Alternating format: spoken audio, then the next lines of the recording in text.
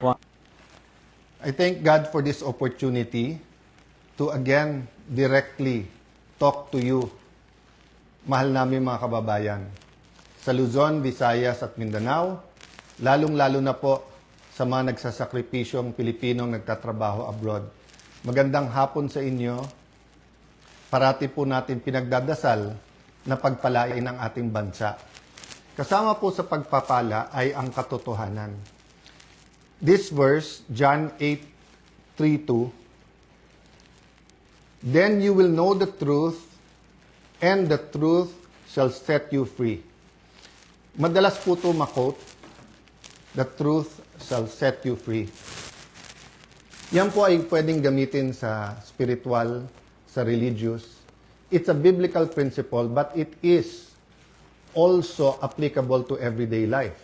For example, yung isang addict sa sugal man, sa drugs, pag hindi niya inamin sa sarili niya yung katotohanan na ako'y addict, na siya'y addicted sa drugs, for example, hindi siya masaset free. Hindi magkakaroon ng pagbabago. Lies continue to enslave us. Truth set us free. So today, I'm here to tell you some fundamental truths about what is happening in the Senate and in our country. Let me start with the May 11 change in leadership and also on the walkout by the minority. In both cases, may objective. Nung May 11, kaya pala nandun yung NBI, kaya pala pinapasok ng mga nasa majority noon at nasa minority ngayon, ayaw nila magkaroon ng palitan ng leadership. Ang sinabi nila na hindi katotohanan ay dahil daw to sa impeachment. Pero yung pala, ito'y tungkol sa maraming bagay, kasama po na magkaroon ng independent, impartial impeachment, but also, ayaw na magkaroon ng hearing sa Blue Ribbon na kung saan lalabas ang buong katotohanan. Marami pang ibang issue na sa mga susunod na araw ay pag-uusapan. We're listening to you, we hear you, na ang pangunahing issue ay trabaho, ay kita, ay ang taas ng presyo, yung araw-araw na kabuhayan ng ating kababayan. Yan po ay pinakamalaking issue. Ang ating survival, spiritual, physical, financial survival is always a priority. Pareho din sa health po yun. Yun po ang speech ko nun. Na ang ating spiritual health, physical health, mental health, financial health ay napaka-importante at dapat we look at the bigger picture. Pero tignan nyo po, para siguraduhin na mapagsilbihan kayo ng bagong majority, we want to make sure that kahit anong gawin ng outside forces, maging administrasyon o yung 11, nandyan yung 13 or at the very least 12 para yung sinasabing subukan naman natin ito. Masubukan nyo kung anong madideliver namin sa inyo. Ang problema, for the last 3 weeks, walang ginawa. Kung hindi takutin kami, i-twist ang aming arm, operan ng kung ano-ano, para lumipat sa kanila. I'll go back to that later on. What's my point? You want an independent Senate. Our Constitution provides for the separation of power. Bakit separate? Because they are interdependent, but they are independent. Ibig sabihin po, one cannot survive without the other. Hindi naman po pwedeng walang judiciary. Hindi pwedeng walang executive department. Pero hindi naman po pwede po na executive department lang at puppets lang po ang nasa judiciary or in this case, the legislature. So nung nag-walk out po sila, ano sabi nila? Na utakan ang majority, na gamit ang rules ng minority. Ang sabi nila, master ang play ni Senator Tito Sotto dahil alam niya yung rules. Ayaw po nila na magkaroon ng online dahil sa bibig na rin nilang nanggaling. Sabi nga nila, ang isda sa bibig nang gagaling, may ikukulong daw. Bakit nila alam yung timing sa kulong? Sinabi ni Senator Jinggoy, hindi lang ngayon nangyari sa kanya yan, since February. Wala na daw kaso, pag siya po ay sumunod sa kanila. In this case, lumipat. So sabi ni Senator Jinggoy, sa susunod na kabanata na lang, sasabihin niya po or sa kanya niya sasabihin kung ano ebidensya niya kung sino-sino. Hindi hearsay sa akin to dahil napakinggan ko yung ilan nilang conversation. So alam ko for a fact na totoo na binabargain ang kanyang kaso, mabalik lang ang majority sa ngayon na 11 o minority. Kaya parati ko inuulit-ulit, huwag kayong magpa-11 sa 11. Sabi nila ngayon, paano na yan? 11-11 na. So, isi-simplify ko po ha. Ito po yung main message ko ngayon. Isi-simplify ko po ha. Main message na nakaugnay sa truth. Truth. Nag-walk out sila dahil ayaw po nila na makaboto yung ilan naming mga kasama. Yun po, sa kanila mismo nanggaling yon. Objective ng walkout nila, sila ang maging majority. So ngayon naman po na walang quorum at walang session yesterday and today, may kasamang mga protesta yon. Protest against a puppet Senate na gusto nila. But it is also a parliamentary tool to ensure na tuloy ang Blue Ribbon hearing sa Thursday. Ulitin ko po ha. Ginamit nila yung parliamentary tool na walk out para po hindi matuloy ang pag-change ng rules.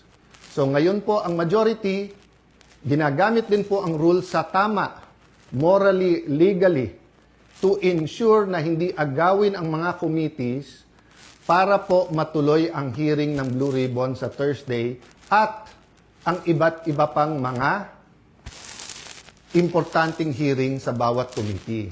Yes, you heard me right. Sa kanilang official or unofficial spokespersons, no? Meaning sila mismo or yung mga avatar nila or yung mga vloggers, formal, informal, PR spokesperson ang nagsabi na sa 11-11, umabsent lang yung isa, mag-abstain lang yung isa, they can move.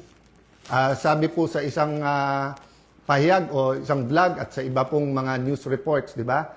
Pwedeng maging lame duck Senate President, si Alan Cayetano.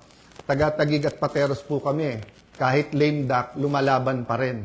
No? So, alam po namin plano nila. Ang plano nila, abangan, tanggalin ang mga committee sa legitimate majority. Why do I say legitimate majority? In a completely independent Senate, 13 is 13. Kahit nasa abroad, kahit fugitive, kahit na nakakulong. In a democracy, you cannot say, I love democracy. Tapos pag minority ka, gusto mo, ikaw masunod. Pag minority ka, you have a moral influence to try to influence the majority. But you cannot supplant your decision for the decision of the majority. We have the majority. 13 elected senators out of 24. Actually, 14 kami na pressure nila yung isa. In the future, I can show you paano siya tinakot and I can show you kasama talaga namin. Ang problema nga tinakot at ang pagpihit ngayon pagkakulong ni Senator Jinggoy ay ginagamit nilang panakot sa iba. Don't get me wrong, ha? I'm not blaming the Sandigan Bayan or the law or legal processes. I'm saying later on it will be revealed that they abused the Blue Ribbon Committee. They abused, di ba, yung paggamit sa investigation ng DOJ at Ombudsman. I won't go there right now because I want everyone to fully understand the situation.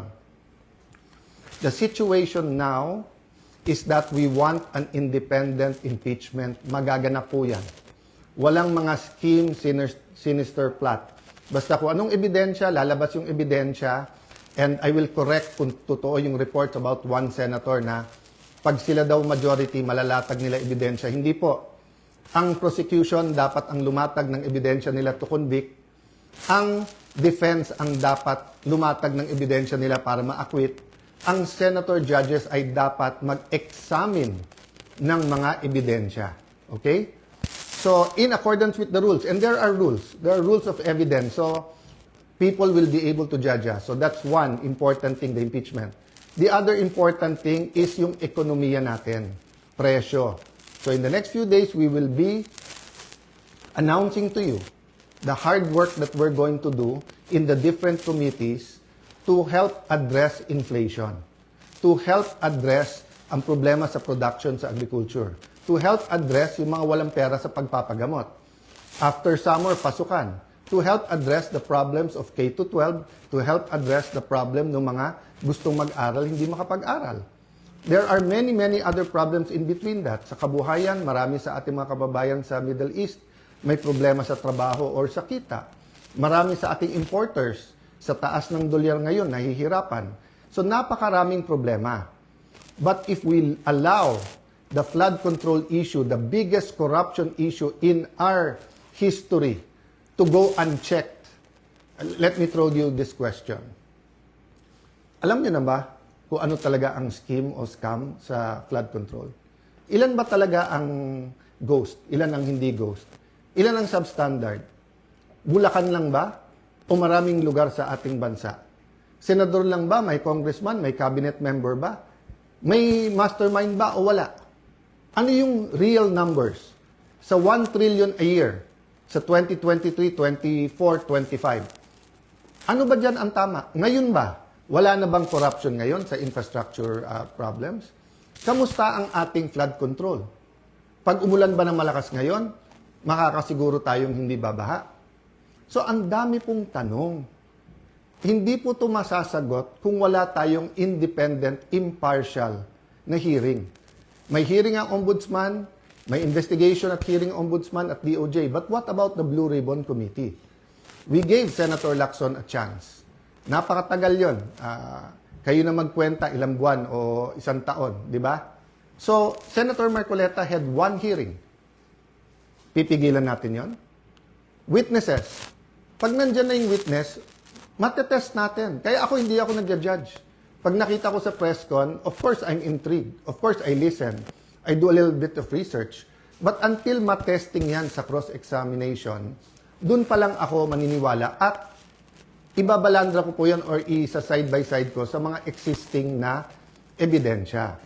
So again, ulitin ko po ha, kailangan tignan po natin nangyayari sa Senado sa mas malaking konteksto ng katotohanan.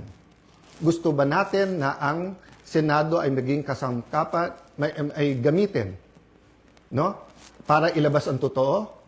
O ito ay kasangkapan para itago ang totoo? Is the Senate for truth or not?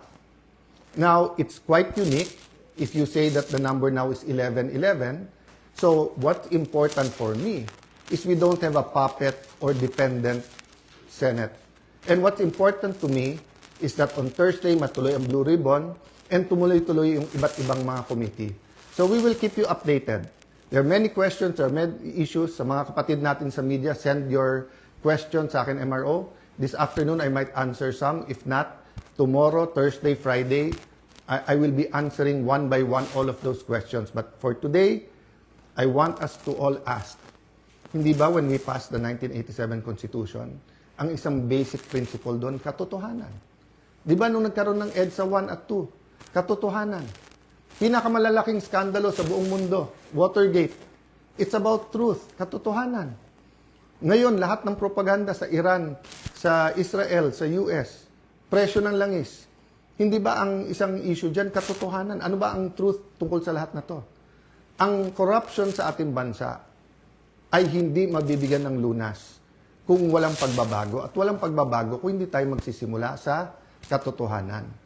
So I challenge all senators, both from the minority and majority, what's more important to us? Position, wag mabanggit yung pangalan natin, wag tayo makasuhan, malapit tayo sa administrasyon, 2028 may ambisyon. If you say you love the country, then why not fight for it? And you know, you may say a lot of things about Senator Jinggoy. You may talk about his past. But I will reiterate, I am a witness. Narinig ko yung mga offer sa kanya. Wala ka ng kaso, wag ka lang kakalas. Nung una, wag ka sumama dyan kay Senator Loren. Ngayon naman, kumalas ka at join the minority. The minority senators knows this. So stop lying. You know this. Some of you are using it in talking to us. O, sabi ko naman sa inyo, no? Pumili tayo ng 13, I'm ready to go anytime, any day. Basta't may 13 na. Show me 13, wala nang problema. Ang pakiusap ko lang, let that be 13 that are fighting for the truth. So that the truth can finally said, the truth can finally set all Filipinos free. God bless you. God bless the Philippines.